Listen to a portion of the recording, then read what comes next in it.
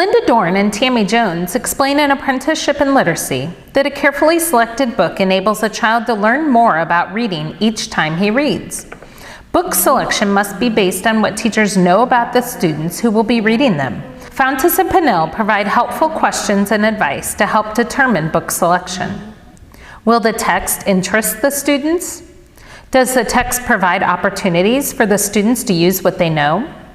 Will students be able to use their strategies to problem solve a few unknown words in text based on their current control of language?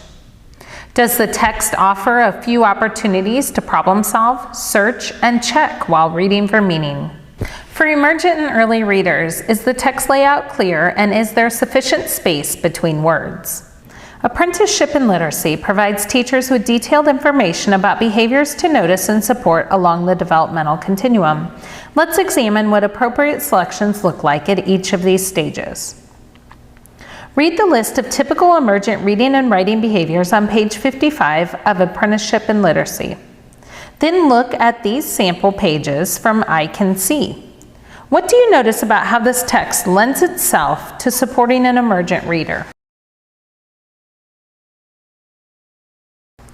Aspects that make this an appropriate text for an emergent reader are print that begins in the upper left corner, which supports the reader in consistently knowing where to begin reading.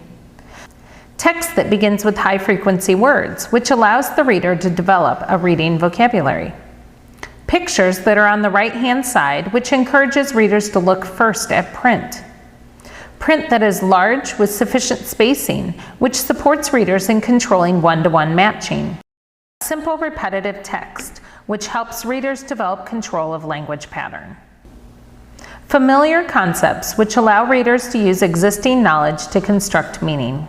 Now read the list of typical early reading and writing behaviors on Apprenticeship in Literacy, page 58.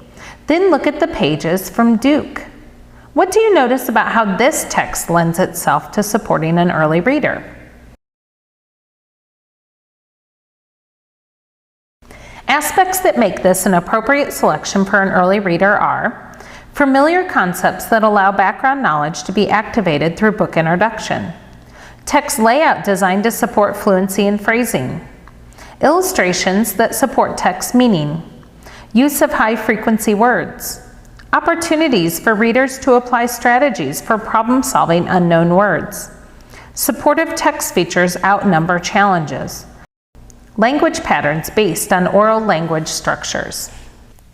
Next, read the list of typical transitional reading and writing behaviors on Apprenticeship in Literacy, page 60. Then look at the pages from Animal Homes. What do you notice about how this text lends itself to supporting a transitional reader?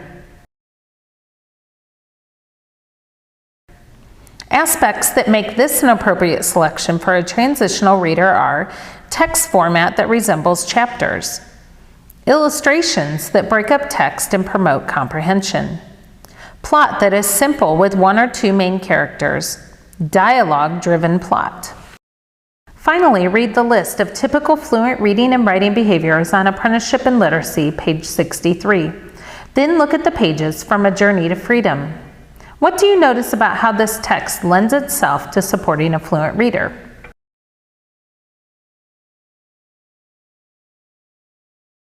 Aspects that make this an appropriate selection for a fluent reader are subject matter pertaining to student interest, varied text structure that includes figurative language or academic vocabulary, fewer pictures and longer text, text that can be grouped into genres or units of study, opportunities for readers to utilize self-reflective strategies.